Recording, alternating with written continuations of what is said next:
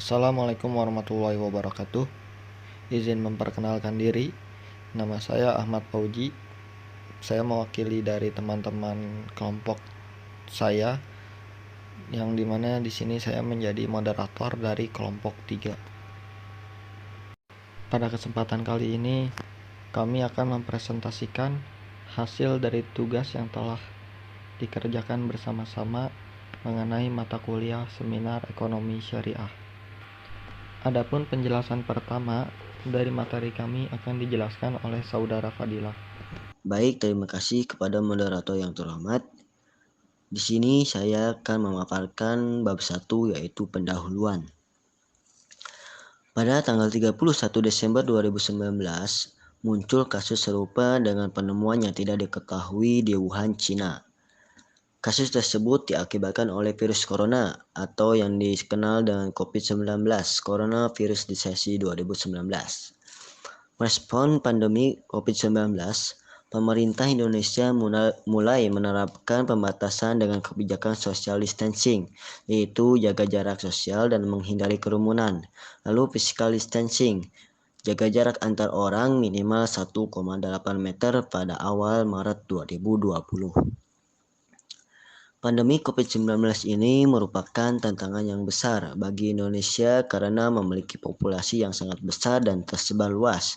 Secara fakta, Indonesia memiliki jumlah penduduk ketiga terbesar di dunia, dan pandemi COVID-19 ini dapat menghambat pertumbuhan ekonomi di Indonesia. Indonesia juga menduduki peringkat ke-13 dengan kasus aktif terbanyak di dunia.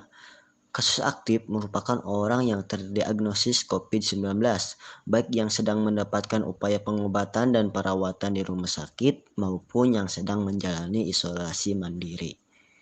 Hingga tanggal 3 Februari 2021, kasus aktif di Indonesia mencapai 175.236 kasus.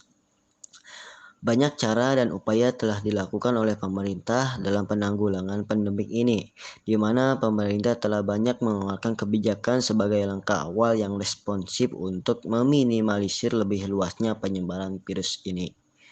Selain kebijakan kesehatan dan keselamatan masyarakat, pada tahun 2020 lalu Presiden Republik Indonesia yaitu Joko Widodo telah mengeluarkan larangan kepada seluruh masyarakat untuk melakukan mudik pada Idul Fitri tahun 1441 Hijriah dalam rangka pencegahan penyebaran virus COVID-19 ini. Selanjutnya akan dipaparkan oleh Fani Oktaviani. Terima kasih. Penelitian ini mengacu pada penelitian sebelumnya.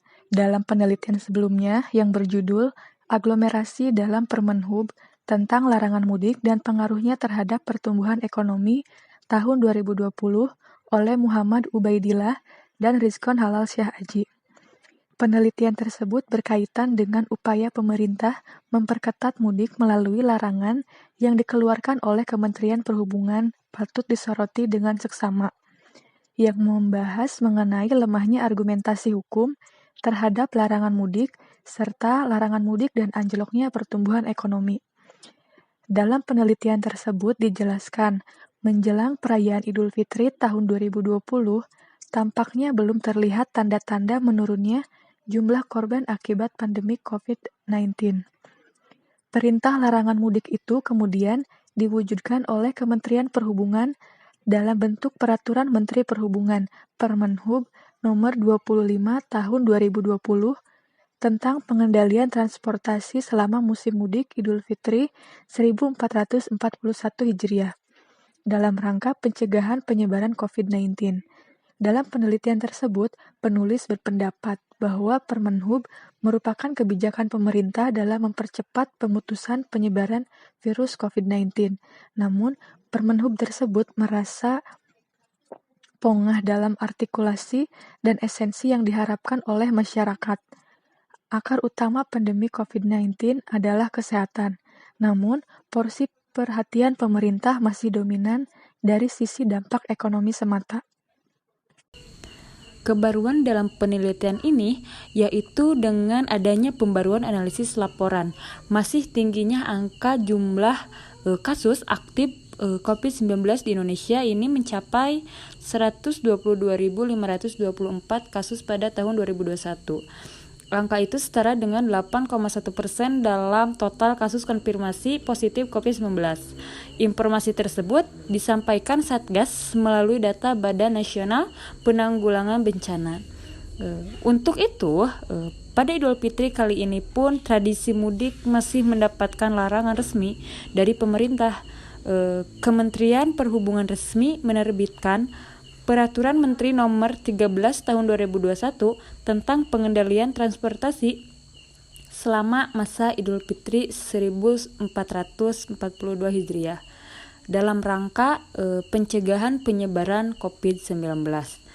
Sesuai dengan ketentuan tersebut, larangan mudik mulai berlaku pada 6 hingga 17 Mei 2021. Dalam penelitian ini akan disampaikan mengenai kebaruan peraturan larangan mudik yang dibuat oleh pemerintah, dan dalam penelitian ini disuguhkan data terbaru dari pandemi COVID-19. Kemudian dipaparkan sejauh apa larangan tersebut menghambat pertumbuhan ekonomi Indonesia.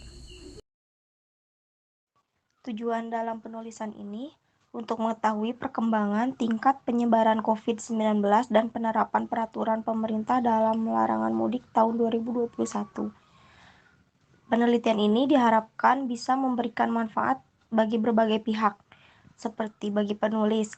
Jadi hasil penelitian ini diharapkan dapat menambah wawasan baru dan meningkatkan kemampuan bagi penulis.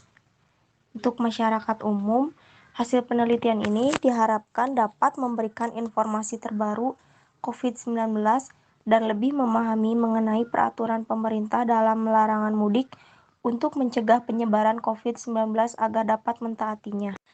Bagi penelitian selanjutnya, hasil penelitian ini dapat dijadikan sebagai bentuk sumber dan sebagai bahan masukan kepada para penulis lain untuk ikut menggali dan juga mengenai tentang larangan mudik 2021 akibat pandemi COVID-19 di Indonesia.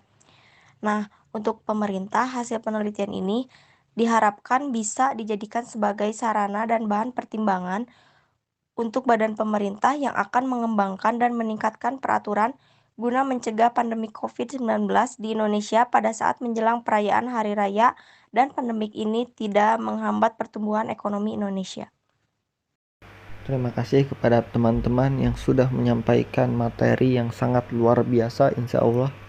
Dan terima kasih juga kepada teman-teman yang sudah menyimak presentasi pada kali ini.